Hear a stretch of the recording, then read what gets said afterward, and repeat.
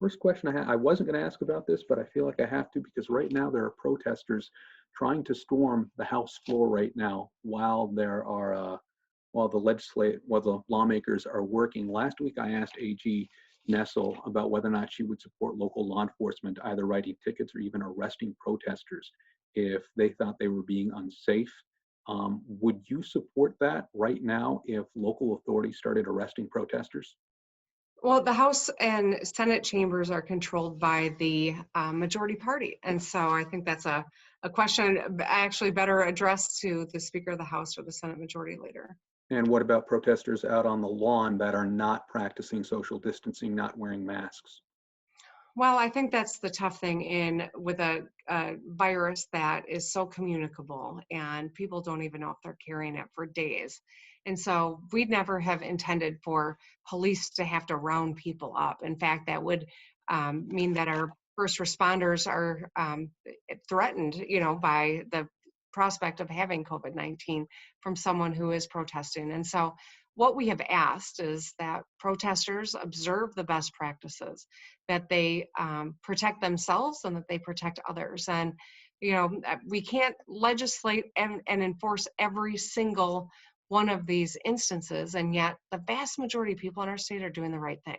And that's why our curve has flattened so dramatically. We've saved lives because of it. And I think while the protesters get a lot of attention, the real story is that the vast majority of people in this great state have done what they needed to do to protect themselves and their families and our communities, and they've saved lives along the way. Okay, futures for frontliners. I was reading through the people who are eligible for that, and my question is, how do you decide who is and who isn't? For instance, poultry workers at Herbruck's and Saranac, dozens of them have now tested positive. I didn't necessarily see poultry workers on that list of people who are eligible.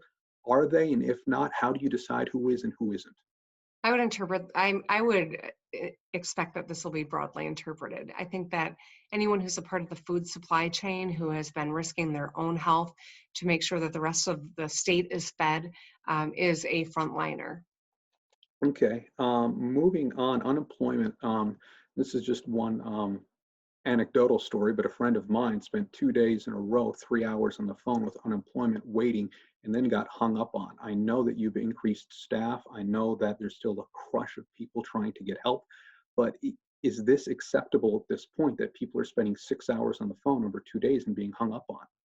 It's not acceptable and it's got to be maddening. And I can't imagine how frustrated your friend is. I'll just say this. We've had a 5,000% increase in the number of people that are filing claims.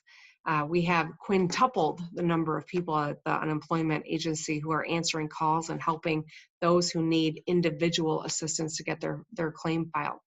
I'll just say this too, that over 800,000 people have had their claims paid.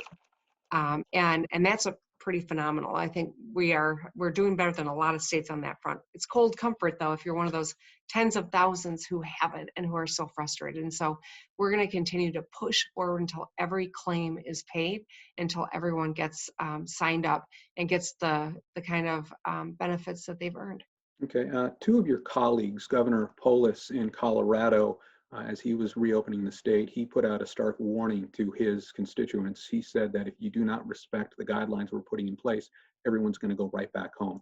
Governor Newsom in California today is closing down the beaches again. As we move forward with opening things up, would you be prepared to clamp back down again if you see things not working out how you want? And what metrics would you use for that? I mean, we have to be nimble. And I think that's the sad part of what we're dealing with COVID-19. People are stressed out, they have anxiety, they're feeling isolated, they're worried about their business, they're worried about getting a job, they're worried about making their house payment. And yet, we also know that there are a lot of Michiganders who are mourning the loss of their loved ones. We've now lost more people to COVID-19 than we lost in the whole Vietnam conflict. That's true for Michigan, as well as our country as a whole. This is a big deal. This is something that is incredibly contagious. It is deadly. You don't know how it's going to impact you until you get it. It could be a fever in one person in your household. It could be fatal for another. And there's no vaccine and no cure. And so that's why we've got to slowly re-engage our economy. We look at this as a dial, not a switch. If we just resume life as it was, there will be a second wave. It'll be more deadly, and we'll have to pull back and go back into a stay-home order. And trust me, I think we're unanimous in the fact that no one wants that. So we've got to follow the data, listen to the science, and be really smart about protocols in the workplace. And as we dial that up, continue our testing and watching what's happening on the public health front. We've got to do both of these things very well to make sure we don't have that second wave. And if we need to pull back a bit, we're going to do that in order to save lives and shorten the amount of time that we have to confront this. The restrictions in Michigan, talking about the restrictions here, a lot of people around the nation have said some of the most strict that they're seeing here. Attorney General William Barr now says he is looking at states and possibly taking legal action if he thinks some of these restrictions are too severe. What would your response be to the Attorney General if he tried to take some kind of legal action against the state of Michigan for the restrictions you put in place? I think you can both protect the public health and follow the Constitution. I'm confident all of my orders have done that. Okay, talking about the state legislature right now, Republicans are looking at a law from the 1970s. You're looking at a law from the 1940s. They seem to be contradicting laws in what the governor can do with emergency powers and how long they can last. Who's right? You know, there are a number of sources for power for the executive of the state. And in a crisis, it's really important that we don't let politics take us off of doing the right thing to keep people safe in the state. I've cited a number of different sources of the authority that come with this office.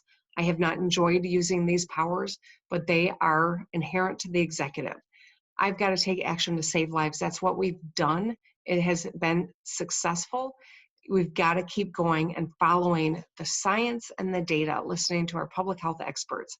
We can't let politics determine what our next steps are, or we'll lose lives and we will be forever in a position where we aren't able to have confidence that it's time to re-engage our economy. So I'm not going to play those political games. I'm going to make decisions based on what's in the best interest of the public health of the people of Michigan. Hey, Is Nick, your- we probably have to wrap up in about 30 seconds. Okay, last question for you then, Governor. Is your emergency declaration going to stay in effect no matter what the legislature does? Yes.